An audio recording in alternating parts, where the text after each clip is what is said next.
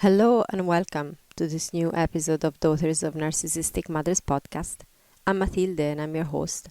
I'm an inner transformation mentor supporting women in healing mother wounds through the one-on-one 10 weeks program and through Reclaim Your Fullness online community. To know more about these offerings, sign up to the newsletter or visit the website womenreclaimingtheirfullness.me. All the links are in the description of this episode. So today we're going to talk about a topic that is controversial and really important. How not to be a narcissistic mother.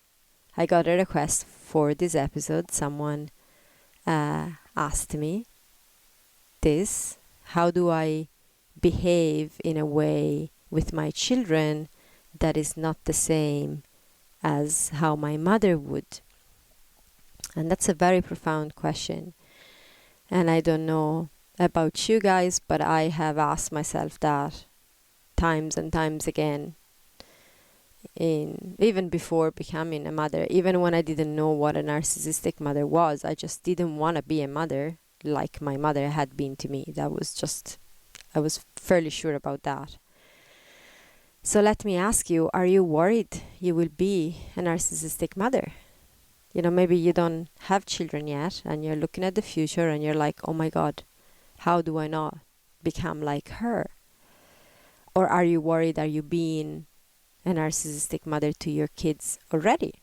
Have you noticed similarities? Have you seen that sometimes you react in a way that's very similar to how your mother used to react? Or have you been told that you are? Have your kids turned to you and told you that how you're acting is really hurting them? And if you have, the very important thing I want you to know is that it's really never too late to become aware of these patterns. So you could be listening to this and you'd be like, oh, but my kids, well, they're adult children at this point. They've already told me, or they don't even talk to me anymore. Our relationship is messed up. I've made mistakes. I've done this, I've done that, and you may be beating yourself up and think it's too late. So it's never too late. It's never too late. That's one thing I feel very strongly about, and I have seen it with my own kids. Now I know they're not adults yet, but when we apply certain things and when we take responsibility, which we'll go into it later in this episode, things change no matter when. So it's never ever too late to take responsibility for behaviors. And from here I want to go into the reason I started this work, because this is to explain why this episode is so important to me. The reason I started this work in healing narcissistic mother wounds, first and foremost for myself, and then it went into helping others in the same, has been not for me, although of course in part it is, but I'm talking about the main reason. Of course in part it is for me because it has supported me in my life massively and it has changed and transformed a lot for me. But that was not the driving force, and it still isn't the driving force behind it really. And it's not even for you, although I do love you dearly, and of course I do love being of help and support in this journey that you're on. But it's for the kids. That was actually the biggest drive for me. That inner child inside me that has been through such amount of abuse when I was a kid, that had no idea how to survive and had to figure out ways at a very young age. I'm talking 1 year old, 2 years old, having to figure out how to go through pure terror at times. And I know you know what I'm talking about. I know your inner child has been through the mill as well. and you've had your own version of the terror you had to go through as a small child, and you had your own version, and you have your own version of the coping strategies and the ways that you had to figure out to survive. So you know what I'm talking about. And so when I got pregnant with my first daughter, there was a very, very strong part of me that came alive that was like, this is not gonna happen to this child. I am gonna do anything I can for this not to happen to this child. And of course, I didn't quite succeed at all, because I wasn't aware of so much. So my intentions were, of course, really good, but there was so much in my shadows, so much in my subconscious, so many mechanisms I wasn't aware of. Again, I still had no idea what narcissism was. I only knew certain dynamics were really unhealthy, but I still thought I was the one that was meant to fix all of that. I was still incredibly enmeshed with my mother. I was still incredibly enmeshed with my grandmother. I was still completely sucked into all their dynamics and toxic, very toxic dynamics. And even after becoming aware, there's been a process. My eldest child is 15 now, so it's been definitely a process. But even after becoming aware, there's still so much I'm not aware of. And I still muck it up very often. And it has been an extremely humbling path to actually becoming more and more aware of the incredible amount of narcissistic traits I have demonstrated with my children, even though the intention was absolutely not to do that. So this is really important. And by this, I'm not saying that you are a narcissistic mother to your children, or that you are going to be a narcissistic mother to your children by definition of narcissism, and that you have I'm not giving you a diagnosis or a diagnosis. I'm not. What I'm saying is that if your mother has strong narcissistic traits, chances are so do you. Not because you're a narcissistic person, but because that's what you've been through, that's what you've learned, that's what you have observed that. Growing up, that was the environment you were in, and we do learn that way. And most of those are extremely rooted in the subconscious. So your intention, this was my experience, and it still is. I'm still getting called out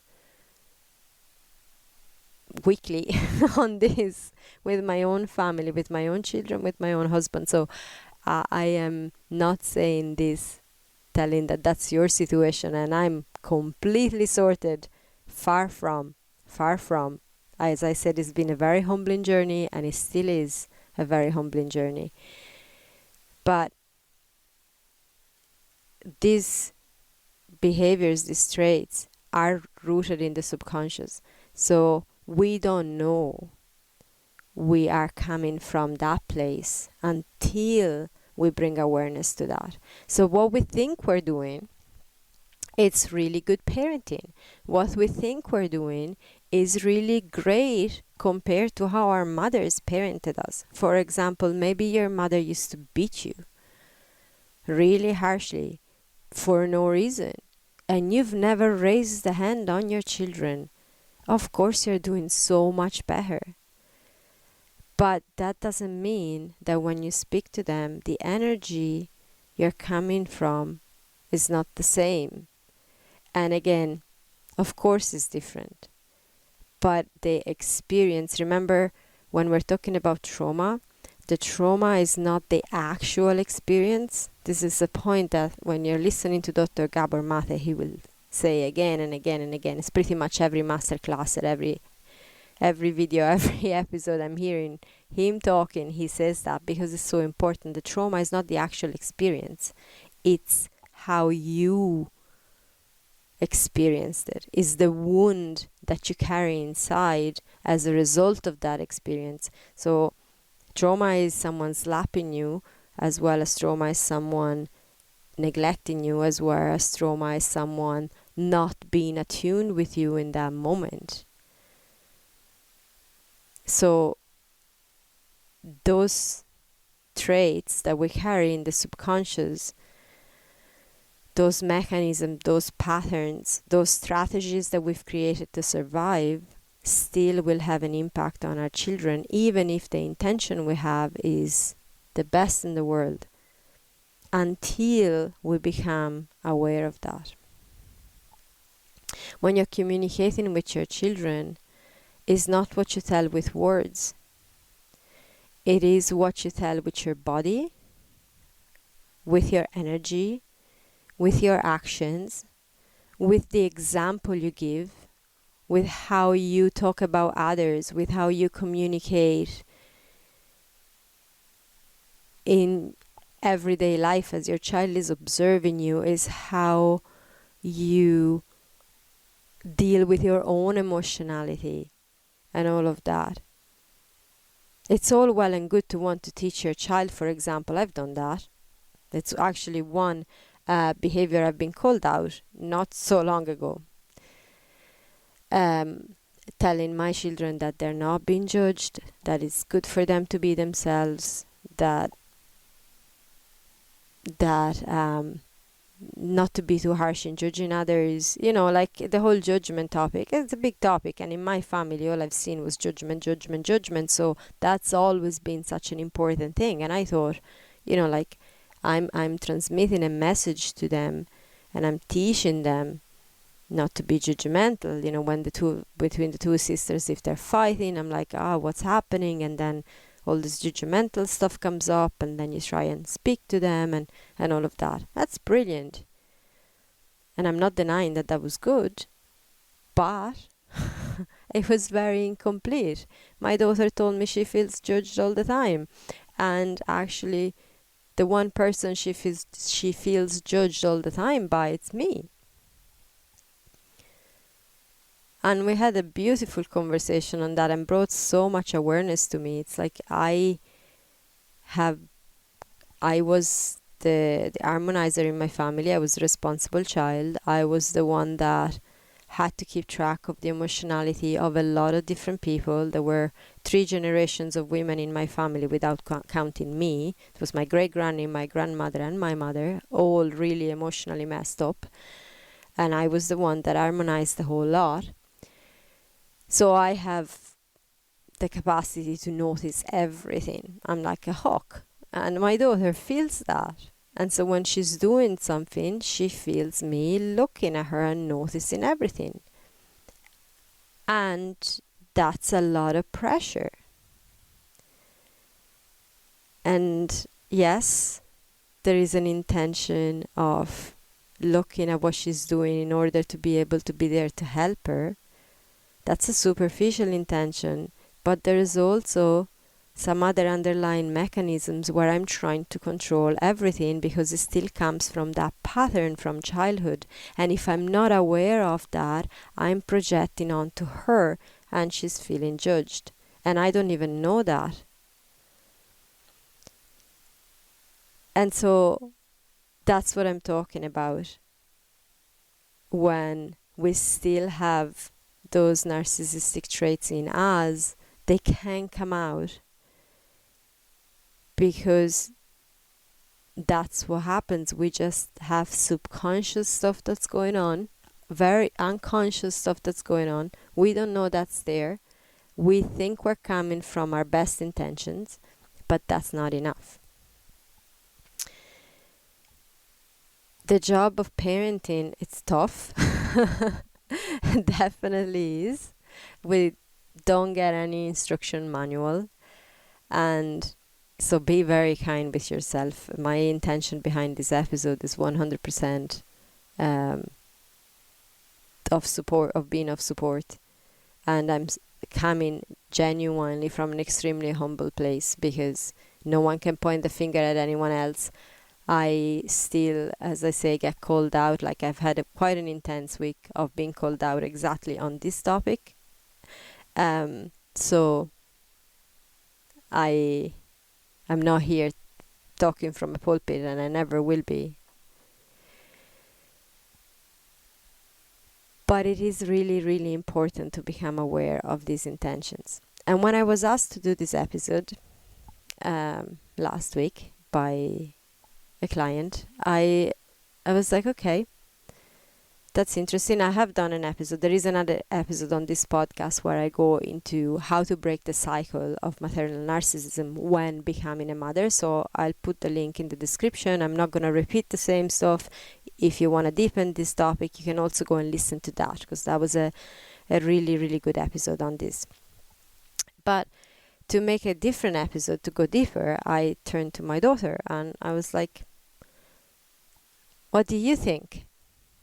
And this is my eldest daughter, and she's very insightful. She has an incredible awareness.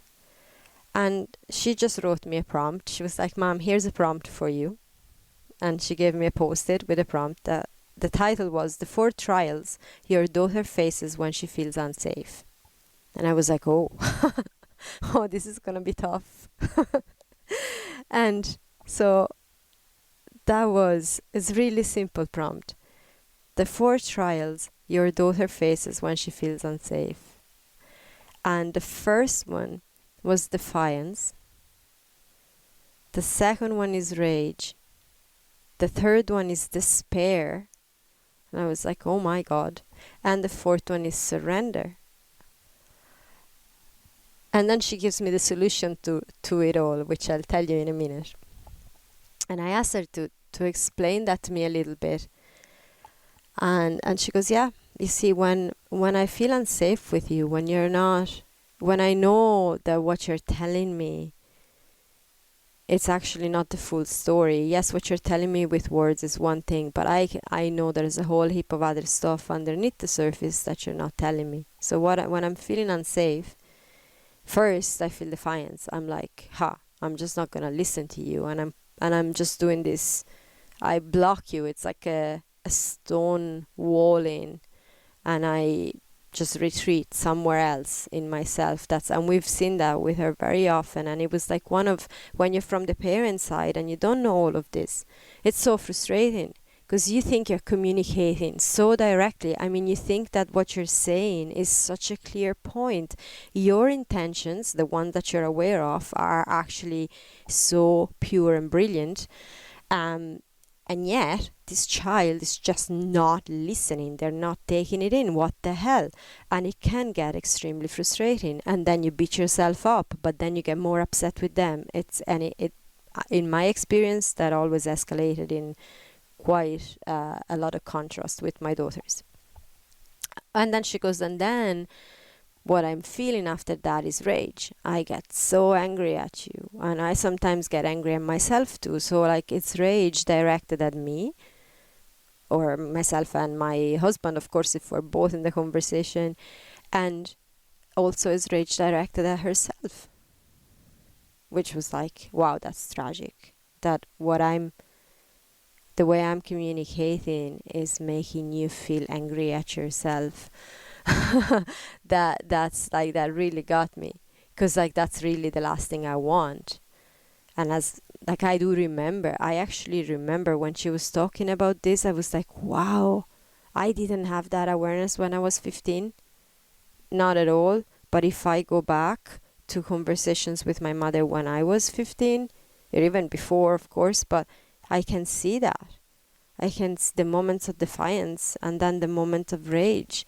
That was pretty much all directed at me, actually. I'm glad that some of my daughter's rage is directed at me and not at herself, because me as a child, it was just such an internal implosion. It was always me doing it wrong. So, and then she's like, then despair, because I don't know how to speak to you. I don't know how to deal with the emotions that are coming up inside me. I don't know how to sort this situation, the fact that she even needs to feel she's the one that has to sort it. And I remembered that despair. That despair was actually what brought all the damn coping strategies that I'm still working with now. I have a very clear memory of being, maybe not 15 yet, I was 13 or 14, and being on my bed, completely alone in my bedroom, crying so hard. Like, it's still such a memory because I was crying so hard. And all I was asking was why. Because when I was writing letters to my mother at the time, she was living in a different country. I was writing letters that were really open. I was pouring my heart out to her. I missed her and all of that. And what I was getting back were the worst abusive letters. I do believe I've burned them at some point. I don't think they're still there. I hope I have. I definitely don't have them in my house right now. Maybe they're still in my home place. I'm not sure. They were horrendous letters. And horrendous. There's no other words. And all I could do was lying on the bed and ask, why? Why? Why? How? Like, why does a mother do that? Why? That was all I could think of. And that was that despair. And I was like, that my child, it's getting to that place too. And it's my doing. What the fuck? I don't want to do that ever to her, ever. And then she goes, but then the fourth place, and this is where I'm like, I actually just got a bit of a breath of relief, is surrender. And surrender is where everything softens, and where she actually is not resisting me anymore. We're not in contrast anymore, but we're actually on the same page, and we're communicating, and we may even be disagreeing still. She's 15, she has plenty of her own opinions at this point, so we can disagree, but there's a surrendering. And so the question is, how the hell do I access that straight away? Can we not skip the defiance, the rage, and the despair? Because that'd be awesome. I'm like, and she's like, yeah, of course you can. Of course you can. She's like, surrender, Mom, can only be achieved through a hug. And she has told me this before. And we have actually experimented with this, and we've worked with this quite a bit. So when we have these moments, when I feel like I have to mother, that there's something happening, that I need to get in there, and do something about it. Either she's upset for something, or I feel she's resisting me for some reason, or maybe the two girls are fighting with each other, or she's just not talking to me, because there's been times where for days, yeah, she does talk, of course, but not talking, like really talking. I can sense that there's something she's not telling me and that is bugging her, all of that stuff. If I go in with all the ways I normally would go in with, which is, I'll talk about that in a minute, that way doesn't work. Although it's my best intentions are behind it, it's a way that doesn't work. Because it's based on a whole heap of subconscious stuff. And she can feel that. As we said, they read that. Kids tune into all your subconscious way better than you do. They may not have the words. But they tune into that. You have no idea that that's happening behind your scenes, but they are seeing right through you. And then, of course, because they don't have the words, the kids, they go through all these stages and they feel like crap until, because that fourth stage, the surrender thing, is not a given. I mean, that, like, for a long time that never happened. We didn't have surrender, we had submission, and she didn't write that, but I can tell you that for a fact. the unlocking of surrender has happened recently because we've went through these conversations again and again, and I've done so much work on this, and I still do. So again, it's never too late and it's never done. That subconscious keeps coming up. Layers of it keeps coming up.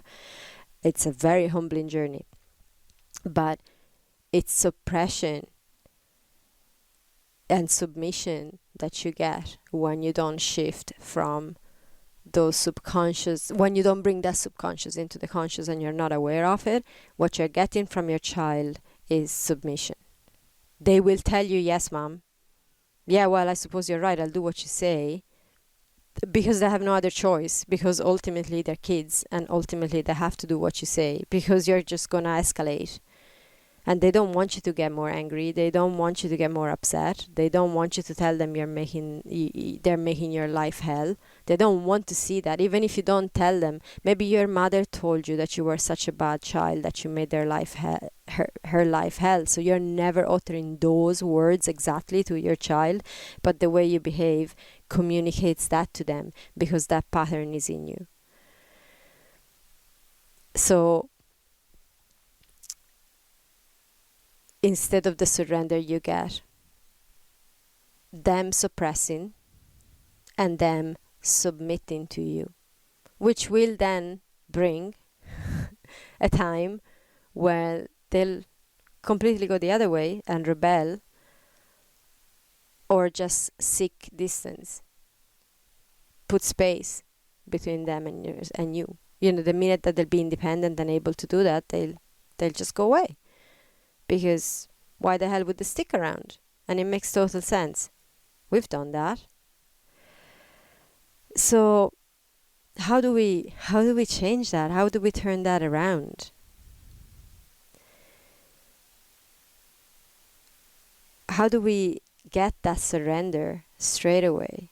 How do we go from this amount of stuff that we feel we need to tell them and teach them and impose on them from in some way or another just to be good mothers, to be there and give them a hug and get that surrender? And the hug is an energetic hug. Of course, it's actually a physical hug as well, but here we're talking a hug is so much more than a hug. It's like it's being there for them in the way that they actually need us to be, and not in the way we think we need to be there for them, because that's the difference.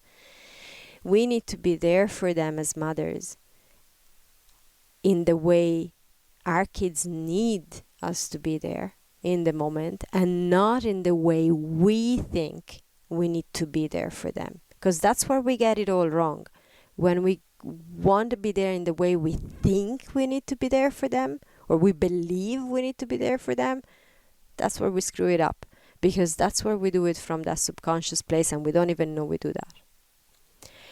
So what can you start asking yourself in general in your parenting? These are things that I ask myself, and the answers are always very intense to be with. So of course this is not a journey you have to do on your own. This is something that, for example, in the 10 weeks program we go through when that's a topic, when that's a need of the client. But this is what you can ask yourself: where am I parenting from? And this can be when you have a situation of contrast already happening, or it can also be just reflections that you have in preparation of it. Maybe you don't even have children yet, but you can start feeling into it, because you're gonna parent the same way that you're doing other things now. So if you're coming from a need to control things, you're gonna try to control your children some way or another.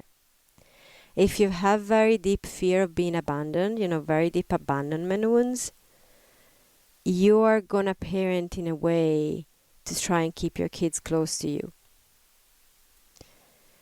If you are really afraid of judgment of others, you are gonna parent in a way that's quite shame-based, and there's gonna be a ton of that being projected at your children in the way they dress, in the way they behave, in the way they act around other people.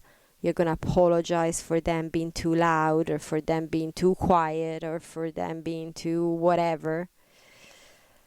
If you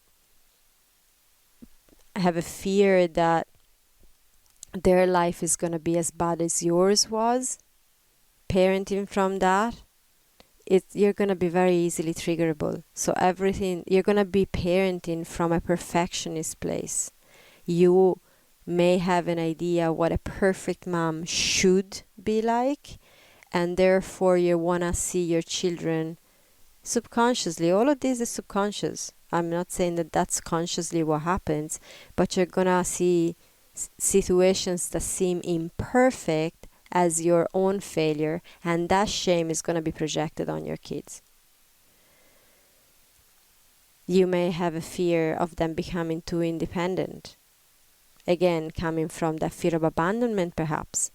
Or maybe because you sought independence because your mother was that abusive, that the minute that your children are trying to do anything remotely independent, you're taking it as a personal attack, as like you are doing bad as a mother, and hence they want to be independent. But no, they're just wanting to be independent, actually, because you've been great. So, and I'm quoting this because, trust me, I've ticked all of those in my parenting. I've parented from the need to control, the fear of abandonment, the fear of judgment, the fear that their life was going to be as bad as mine, the fear of them becoming too independent as a thing that was an attack at me as a mother. I was not aware of any of that in many occasions, and I have slowly become more and more aware, and it has slowly become even more humbling. But I have, so again, I'm not here preaching or pointing the finger at anyone.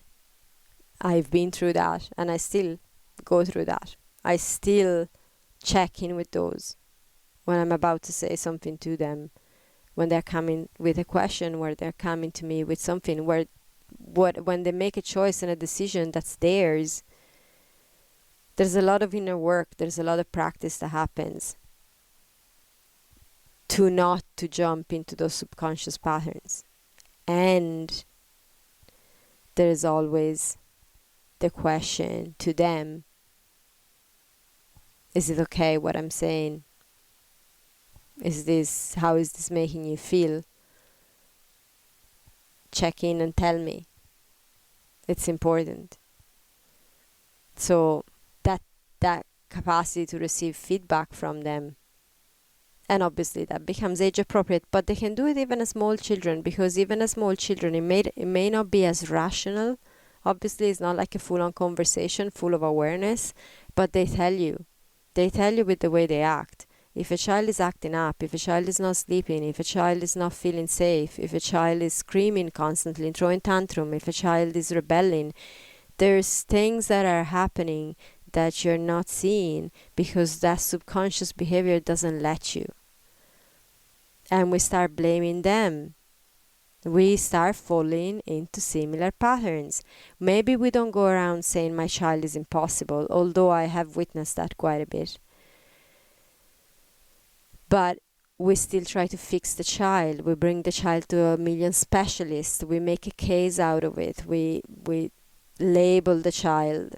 Maybe labels that are not as obviously damaging as the labels that we've received from our own mothers, but still labels. We still box them. We make them more manageable and more controllable and more understandable, because that subconscious part of us needs to do that. And we end up creating the same results because we end up creating wounds for them just as much. Even though we're doing it differently, the wounding is the same. So how do we get out of this? Healing your own wounds, it's like really, really essential. There's no other way around it. The more you become aware of what's going on inside of you, the more you're willing to get uncomfortable. Like, I mean, when I'm talking uncomfortable, I'm talking really uncomfortable. I've had a conversation with my husband last week that I can tell you for a fact, uncomfortable doesn't quite get there to describe. Wanting to get out my own skin, wanting to crawl into a hole, hide forever and never come out, type of uncomfortable, because of some of the stuff I was being called out for. And I love him for that. That's why we work this well, because we can do that for each other, and it gets really bloody uncomfortable. I've been there with support, with mentors and people I trusted that called me out at moments. So being willing to get uncomfortable and being willing to actually see that subconscious stuff, start bringing it to the surface. Getting uncomfortable is really essential. Looking at yourself and go, maybe in this crusade of becoming different and not being like my mother in any way, maybe I've taken on way more than I thought I did. Maybe these coping strategies that maybe I'm not even fully aware of yet, but I'm figuring out, maybe they're not helpful anymore. They were helpful when you were a child. I mean, the coping strategies, of course I had to be, we're talking about the one earlier that my daughter felt judged with, the being aware of everything. Of course I had to be aware of everything. I had to. I mean, that there was no other way to survive my childhood if I wasn't that responsible harmonizer in the family. They were mad. I mean, the things that they were doing, if I didn't take that role, there was no way to walk out alive from there. So those strategies were so essential when you were a child. They brought you where you are. You couldn't survive without them. But what brought you here will not get you there. So those strategies were essential back then, but maybe they're not essential anymore. All that, it's not needed anymore now. And when we keep going with that, when we don't let go of those strategies, then that's when we end up projecting a whole lot onto our children. So that shadow work, that becoming aware of what's actually happening inside of you, all that subconscious and conscious stuff needs to come to the surface. And does it have to happen all at once? No, of course not. Of course not. And that's why I'm saying it's never too late. And it's also not, no one is expecting perfection. The great thing, this is one of the greatest lessons I've learned from my children. They never expected me to be perfect. And they still don't. It's not perfection that they're looking for. And I'm giving you the 3 things that they're looking for now. So the first one is attunement. The second one is authentic self-expression and safe, authentic self-expression for them. And the third one, the most important, is apology. The 3 A's, okay? Attunement, authentic self-expression, and apology. Attunement is what I was saying earlier. It's like I could act out of a belief and project a whole heap of subconscious shit on them in a situation. Okay, maybe this comes out mainly when there's contrast, but it can come out also in everyday life because we talk from those subconscious places as well. So many, exactly like talking about that judgment thing, so telling them not to judge others, and then I'm talking in the car maybe where we're going somewhere and I'm spewing a heap of judgment about someone that I've just seen. That's still acting from that subconscious place. And maybe the intention that I have, that I'm aware of, is, well, I am not actually, I can mask it. I'm only saying, I'm pointing this out to my daughters because I'm trying to teach them something that is going to be very useful for them to learn, but they're not getting that because that's only the surface. The subconscious is that I'm actually trying to control them somehow. I'm being judgmental. There's shame-based, fear-based, some stuff happening inside of me that I'm not even aware of, and that's what I'm projecting onto them. And that's what they're picking up. But the attunement part is I can start talking that way, and then I'm turning and I'm seeing my daughter has gone quiet and she's in that defiance phase. She's not actually really taking it in. She's giving me the placating smile. She's agreeing with me because she's learned she has to. Ugh. Like I used to do with my mother. Interesting. But she's not taking any of what I'm supposedly wanting to teach her on board because my subconscious is rampant and I am not aware of that. So the attunement supports you there. When you can start, first of all, and if you've been listening to this podcast, I talk about self-attunement all the time because that's one of the really important things. The three pillars of this work of reclaiming your fullness are awareness, attunement, and authenticity. I have episodes on this, but you become aware of what's in your subconscious. You become aware of your trauma responses, your triggers, your coping strategies, all of that. You need to become aware of it. You attune with yourself. You start feeling into your body. You start feeling how your body reacts, your body signals, what's happening inside of you. And then from there, you start becoming your authentic self. Okay, so attunement is so important as an internal work, but it's also important when we're relating to others, and with our children is paramount. So tuning into your child, you're looking at your child, you've started on a rampage of something, you're saying some stuff, you have your superficial intentions, you have no idea what the subconscious ones are, and you're looking at your child and your child's gone quiet. And then what happens? You get triggered and you go, why are you not listening to me? Why are you quiet?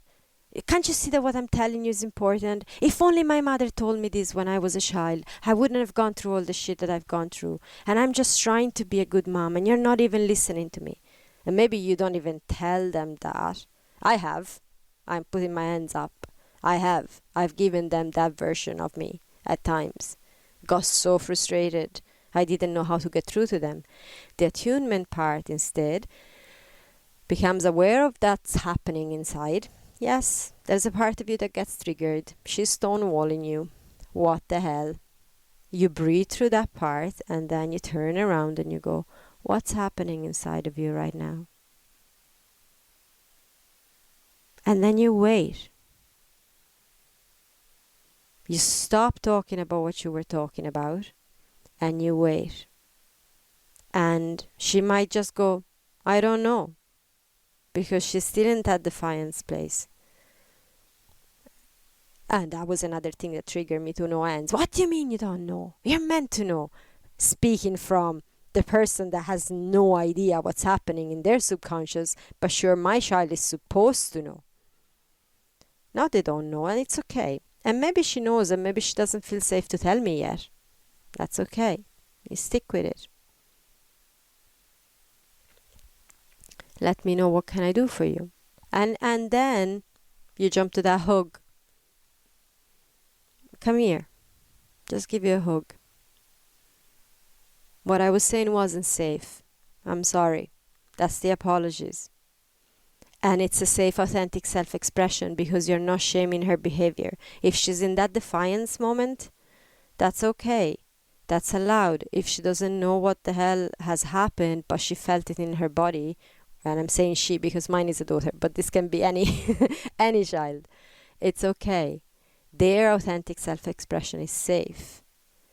It's okay that they're upset with you. It's okay that they don't want to talk to you. It's okay that they don't know what's happening to them. It's okay that they felt something in what you were telling them. It's all okay.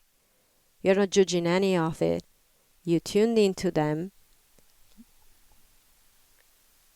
and you took a moment to get curious about what was going on in their world, making it safe for them to feel whatever they're feeling.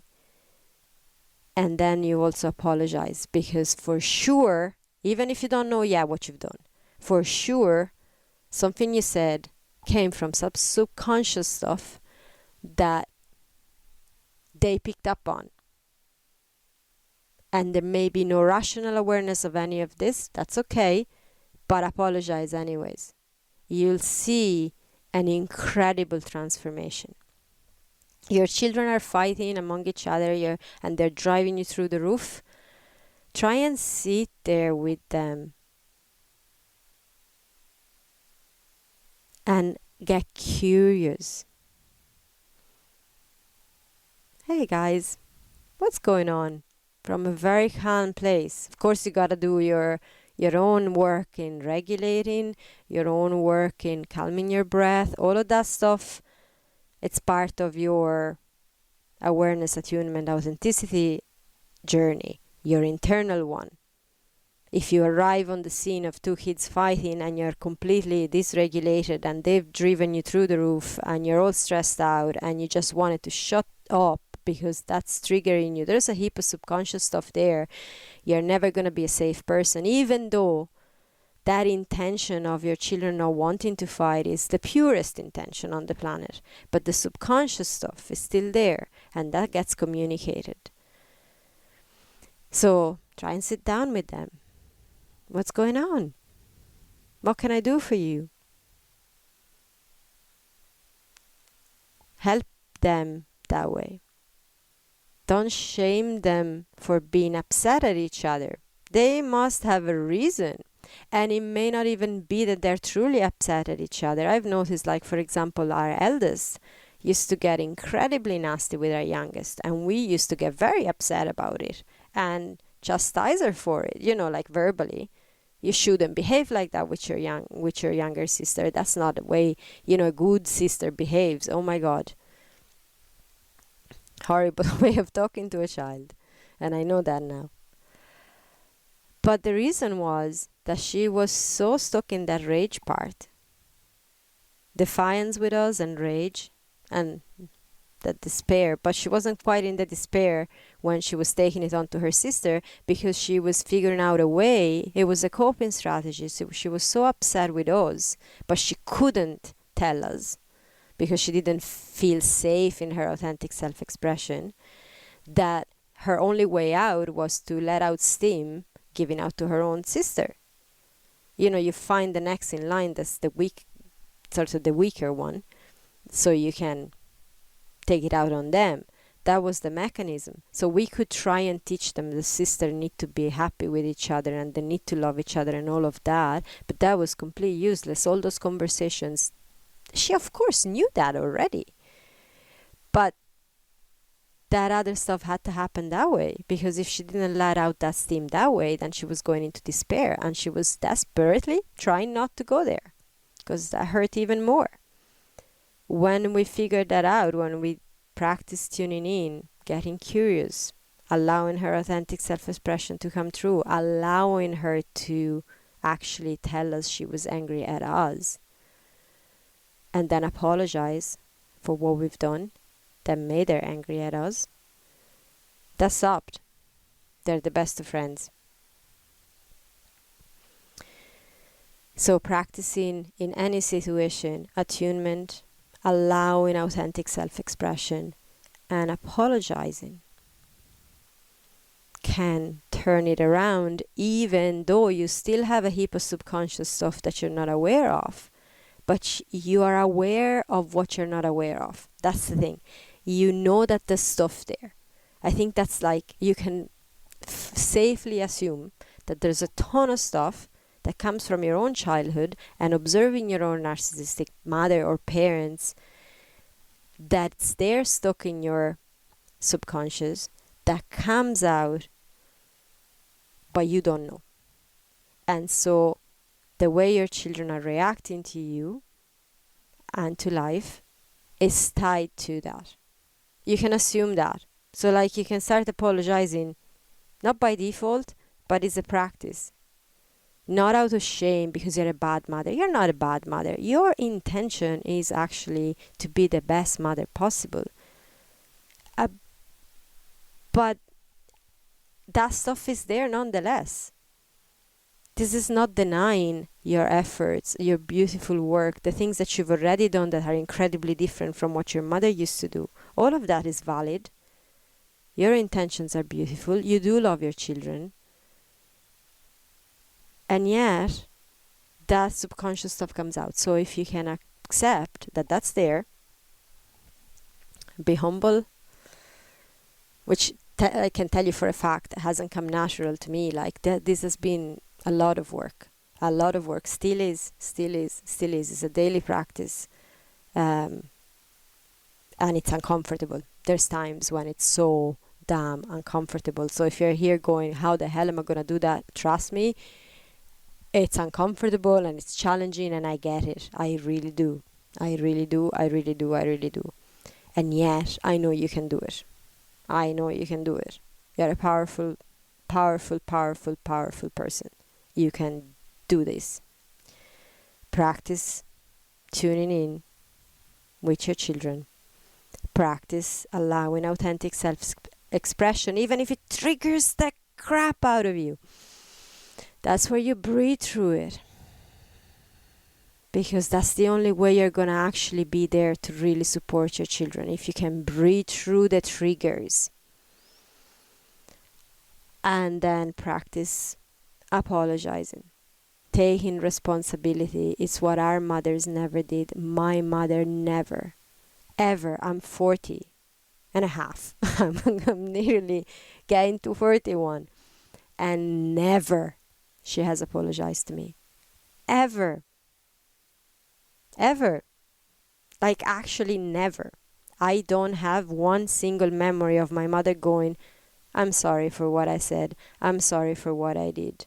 I'm sorry for whatever. I'm sorry for making you cry. I didn't mean to. Never. Not once.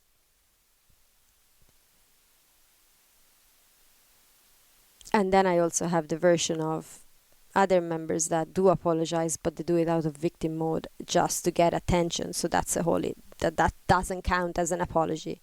That's not even a thing. That's just manipulation.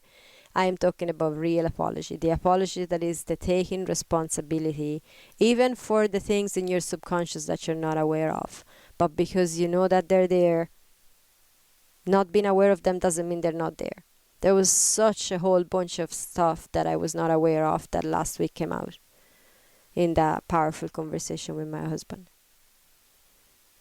I had to be quiet, breathe, listen, feel all the parts of me that were really resistant, and go, God, there's a lot in here. And tune into that part of me that knows this man has a point. There's another layer here. We're going a layer deeper into the subconscious shit that I wasn't aware was there. It's layers. We become aware of one layer at the time as we are ready. You know, the more you heal, the more you practice, the more you become aware, you uncover new layers. And so that apology is for all the layers that you've yet to uncover. Because they're there, I can tell you, for a fact. As uncomfortable as it is to admit that to myself, but they're there. So that apology is for those. And your children feel that. And when you start doing that, oh my God, the world that you discover. Like that my child could listen to me for a few minutes talking about, I don't know, I want to write another episode on parenting, but how do you feel and what? And she just produces this like little prompt. That's amazing. That's just showing me an incredibly vulnerable part of her. Because she's just given me all the stuff that she's went through in conversations with me when I didn't bring awareness to them. And it's like, whoa, that could trigger so much. But that's where you bring awareness. So that's the episode of today. And again, it's something that's really, really close to my heart. I really feel for this. So if any questions come up, you're welcome. Leave a comment with your experience of this, respectfully, always. And with that, and if you need support, of course, reach out. The one-on-one program can really focus on these aspects. Parenting is such an important journey, and most of the times we're going at it alone. Not alone because we mightn't have a partner that we're parenting with, but alone in our patterns, alone in that subconscious stuff we're not aware of. And it can be really intense. And I know I felt alone so long, because showing those parts we're not aware of, and even admitting that, it opens up to being really vulnerable, and this was unsafe in our childhood. So again, we try not to, and it makes total sense. So having someone that helps you with that can speed up the process quite a bit and make it a lot less, not a lot less intense, because intense is gonna be, but a lot less with that feeling of hopelessness that you're never gonna make it, or the shame and all of that. Like dealing with all of that alone, it's too much. So if you need support, reach out. And with that, I'm gonna send you lots of love and wish you a wonderful week. Bye for now.